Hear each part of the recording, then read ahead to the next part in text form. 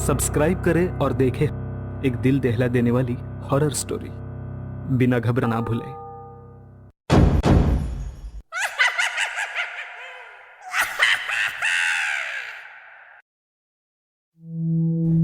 इस कथा के लेखक हैं धीरज कुमार सालुंके के 2 बज रहे थे। एक 30-35 साल की औरत सुनसान रास्ते पर ऑटो का इंतजार कर रही थी। तभी उसी रास्ते पर एक ऑटो आ गया। जैसे ही उस औरत ने हवा में हाथ लहराया, वैसे ही ऑटो ड्राइवर ने ऑटो उसके पास जाकर रोक दी। कहाँ जाना है मैडम? ऑटो ड्राइवर ने उस औरत से पूछा। अवंती नगर। औरत ने उत्तर दिया। ऑटो ड्राइवर ने अपना मोबाइल निकाला और गूगल मैप पर अवंती नगर की तलाश की, क्योंकि वो शहर में नया ही आया था और वो पहले कभी अवंती नगर की ओर नहीं गया था। अवंती नगर वहां से 7 किलोमीटर की दूरी पर था। भाड़ा 300 रुपये होगा मैडम, ऑटो ड्राइवर ने औरत से पूछा। क्या 300 रुपए? भैया 300 बहुत ज्यादा हैं, 200 में छोड़ दो। उस औरत ने ऑटो ड्राइवर से कहा। ऑटो ड्राइवर ने उस औरत को सिर से पैर तक देखा और कुछ देर सोचकर वो बोला, बैठिए, छोड़ देता हूं। वो औरत ऑटो में बैठ गई और ऑटो अवंती नगर की तरफ निकल पड़ा। ऑटो ने 4-5 किलोमीटर की दूरी तय की थी। जब से वो औरत ऑटो में बैठी थी, तब से ऑटो ड्राइवर उसे आईने में घूरे जा रहा था और गाना गा रहा था। सलाम इश्क मेरी जान जरा कबूल कर लो, तुम हमसे इश्क करने की जरा सी भूल कर लो। ऑटो ड्राइवर के इस बर्ताव से वो औरत डर गई। उसने तुरंत किसी को फोन किया और धीरे से बोलने लगी। वैसे ही रिक्शे वाले ने गाना बंद कर दिया और उसकी बातें सुनने की कोशिश करने लगा। हेलो शालिनी, तू आ रही है ना मेरे घर? तुझे पता है ना कि मेरे पति विशाल अमेरिका चले गए हैं और मैं घर पर अकेली हूँ। वो औरत बोली। नहीं यार, मैं नहीं आ सकती। मैंने तुम्हें दोपहर में ही बताया था ना। फोन की दूसरी तरफ से दूसरी औरत बोली। ठीक है, मत आना। ऐसा कहकर उस औरत ने गुस्से में फोन रख दिया। ऑटो ड्राइवर ने उस औरत की बात सुन ली थी। उसने सुन लिया था कि वो औरत आज रात अपने घर पर अकेली है और उसके सहेली ने भी उसके घर आने के लिए मना कर दिया है। ऑटो ड्राइवर अभी भी शीशे से उस औरत को घूर रहा था। इस वजह से वो औरत बहुत ज्यादा डर गई थी। तभी उस औरत ने एक बंगले के सामने ऑटो ड्राइवर को रुकने के लिए कहा।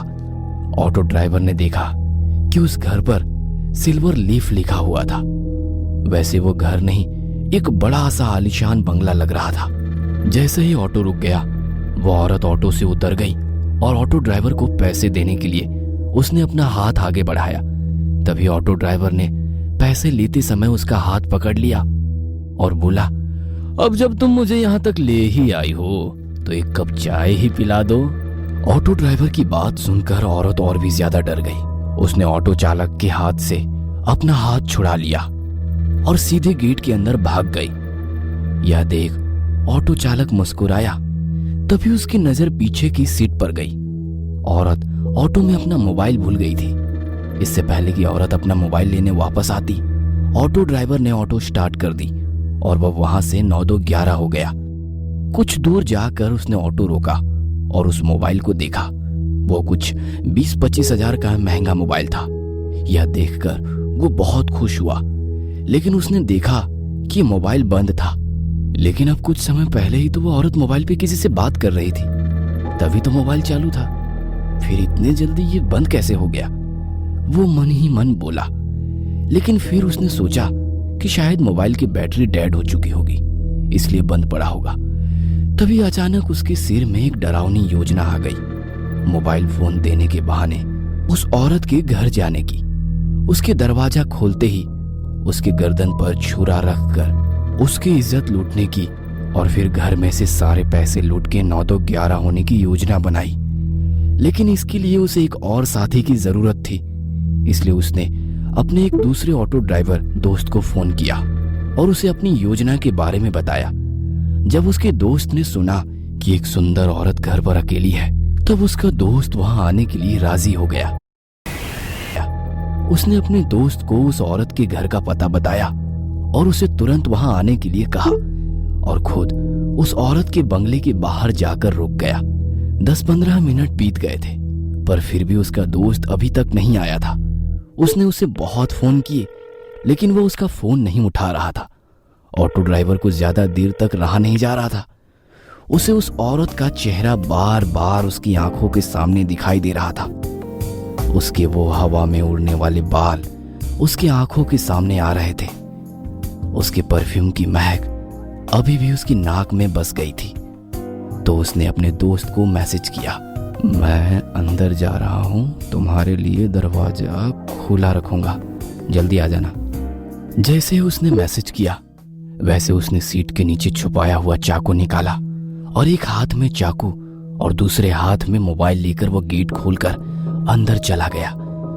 उसने डोरबेल बजाई, लेकिन अंदर से कोई भी जवाब नहीं आया। उसने 3-4 बार डोरबेल बजाई, लेकिन फिर भी अंदर से कोई जवाब नहीं आया। उसने सोचा कि शायद वो औरत अब सो गई होगी। उसे लगा कि उसकी योजना विफल हो गई और गुस्से में आकर उसने दरवाजे पर अपना हाथ मारा। तभी घर का दरवाजा खुल गया। उसने उस औरत का मोबाइल अपनी जेब में रखा और दाहिने हाथ में चाकू लेकर घर में घुस गया। उसने घर का दरवाजा बंद कर दिया और इधर उधर देखने लगा। वो एक बड़ा सा हॉल था। उस फ्लोर पर कोई बेडरूम उसे दिखाई नहीं दी, इसीलिए वो सीढ़ियां चढ़कर दूसरे फ्लोर पर गया। वहां उसने देखा कि एक बेडरूम का दरवाजा खुला हुआ है और उस कमरे में रोशनी चालू थी। ऑटो ड्राइवर चुपके से दबे पांव उस कमरे में जा पहुंचा। अंदर कोई भी नहीं था। तभी उसे बाथरूम में से पानी गिरने की आवाज सुनाई दी। अच्छा, तो वो औरत बाथरूम में है, इसलिए उसे डोरबेल की आवाज सुनाई नहीं दी और इसीलिए उसने दरवाजा नहीं खोला। वो मन ही मन बोला और जल्दी से बाथरूम के दरवाजे के बाहर जाके खड़ा हो गया, क्योंकि उसने सोचा कि जब वो औरत बाथरूम से बाहर आएगी तो वो तुरंत उसके गले पर चाकू रख देगा और फिर बड़ी आसानी से उसकी इज्जत लूट लेगा। तभी अंदर से दरवाजे की कुंडी खुलने की आवाज आई। ऑटो ड्राइवर हाथ में चाकू पकड़कर सतर्क हो गया, क्योंकि वो औरत अब बाहर आने वाली थी। लेकिन 2 मिनट बीते, 4 मिनट बीती, पर वो औरत अभी तक बाथरूम से बाहर नहीं आई थी। आखिरकार ऑटो ड्राइवर ने बाथरूम के दरवाजे को अंदर धकेल दिया। जैसे ही उसने दरवाजा अंदर धकेला वैसे ही उसकी नाक में सड़े हुए मांस की बदबू घुस गई। उसने अपने बाएं हाथ से अपनी नाक बंद कर ली और बाहर से बाथरूम में झांक कर देखा और सामने का नजारा देख उसके पैरों तले जमीन खिसक गई। डर के मारे वो थर थर कांपने लगा, क्योंकि बाथरूम के बाथटब में 8-10 लाशों का एक ढेर था। वो डर की मारे पीछे हटने ही वाला था कि तभी उस औरत ने पीछे से आकर ऑटो ड्राइवर की कमर में लात मारी और वो बाथरूम में जा गिरा। ऑटो ड्राइवर बाथरूम में गिरते ही उस औरत ने झट से बाथरूम का दरवाजा बंद कर दिया।